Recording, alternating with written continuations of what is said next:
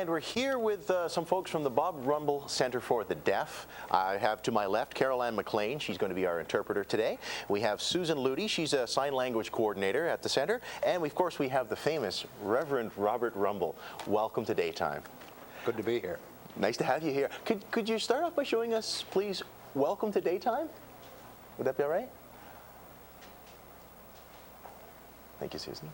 Welcome. Welcome to, oh, I'm sorry, am I doing the right arm? There. Doesn't matter. Daytime. Time.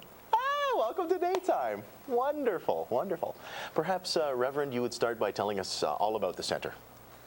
Well, the center is a resource center for the whole community, but it's also a place for the deaf people themselves because it's owned by them, controlled by them, and it's open, never closes, and wouldn't have been there without the support of the people outside, and especially our sporting friends, because they're the ones that made it possible. Really? Now, you're an ex-Argo and an ex, well, we don't like to talk about the Ottawa Rough Riders, but just because we're Toronto fans here.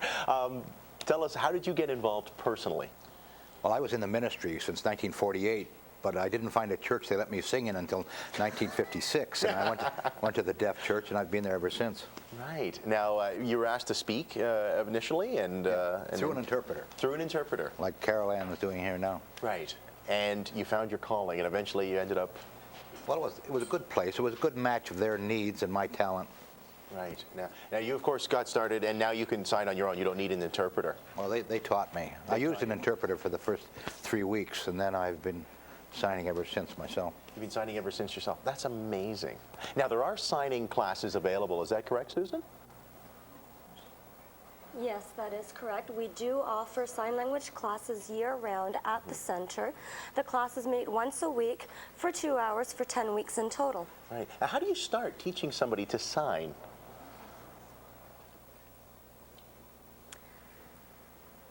At the very first level, we use a lot of gestures. Right. Once the students understand, I will give them the sign. And then when I'm introducing new signs, I will have to role play or I will use pictures until they understand, and then I'll keep building on the vocabulary from there. Interesting. What about a new phrase? You know the way new words come along? I was wondering about perhaps a new expression like, I don't know, some 90s term, downsizing perhaps, or something.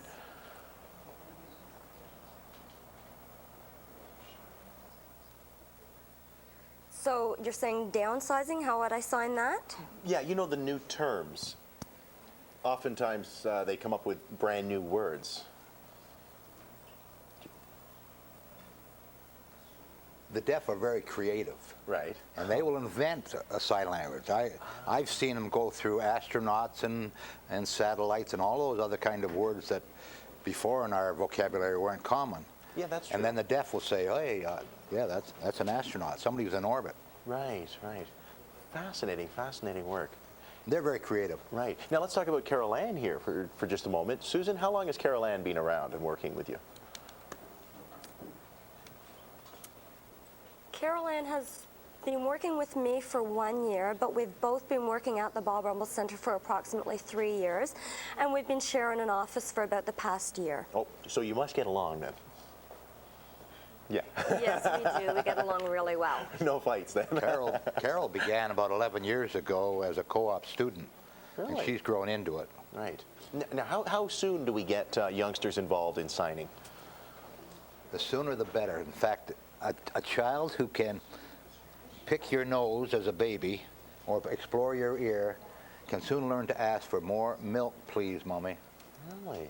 And that's long before they can speak. Fascinating. Now let's talk, Bob, about placement in the workplace. I know that you're looking for people to perhaps call up and find jobs for the deaf. How do you feel about that? We have vocational training workshops, so we're training people constantly. Right. And the most important thing that we can teach them is to go to work on time, obey the instructions, and don't think that they know more than the boss and the guy who owns the company.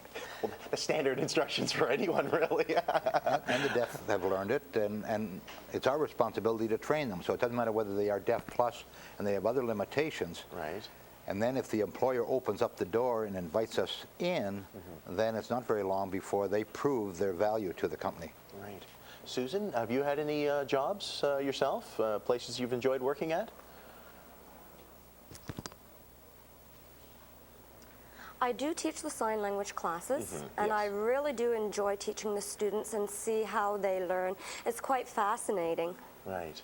And I also coordinate all the classes. I hire the instructors. I provide the training on how to teach American Sign Language as well as deaf culture and linguistics. Wonderful, wonderful. Are there any special courses for the employer?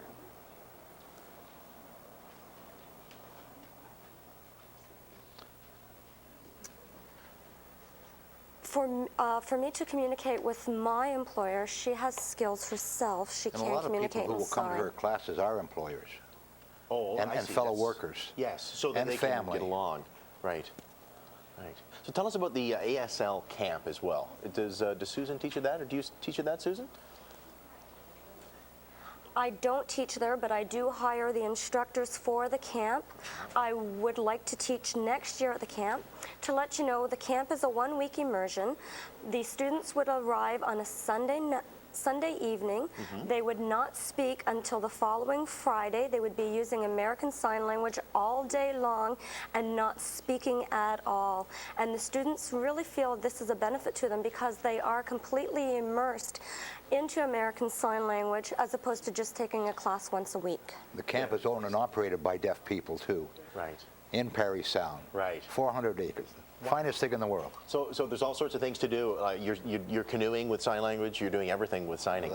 In the immersion camp. In the immersion The rest camp. of the time it's for deaf children and deaf families. Right. Okay. And is that the best way to learn? Is just by diving into the water, so to speak, and getting involved by signing only? That's the only way. That's the only way to learn.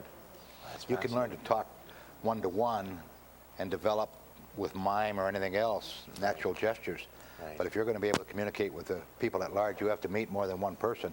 Right. And in a camp where you're eating and sleeping and playing and doing everything together, that makes a difference. It really must. It'd be like going to another country and having to learn their language in order to survive, in a way. How to break in sign. Okay, I'll go to that afterwards. I have to ask you, Susan, how long would it take to be fluent at signing?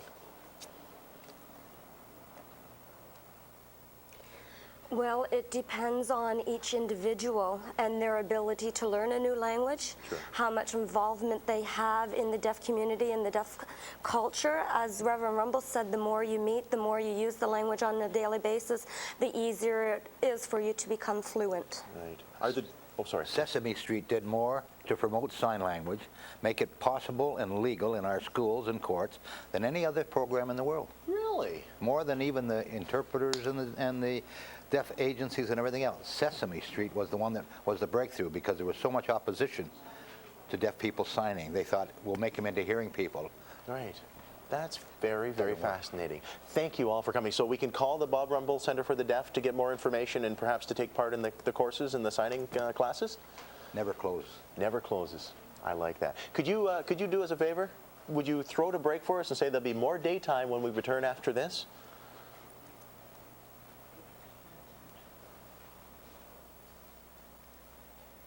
Okay, we're going to break.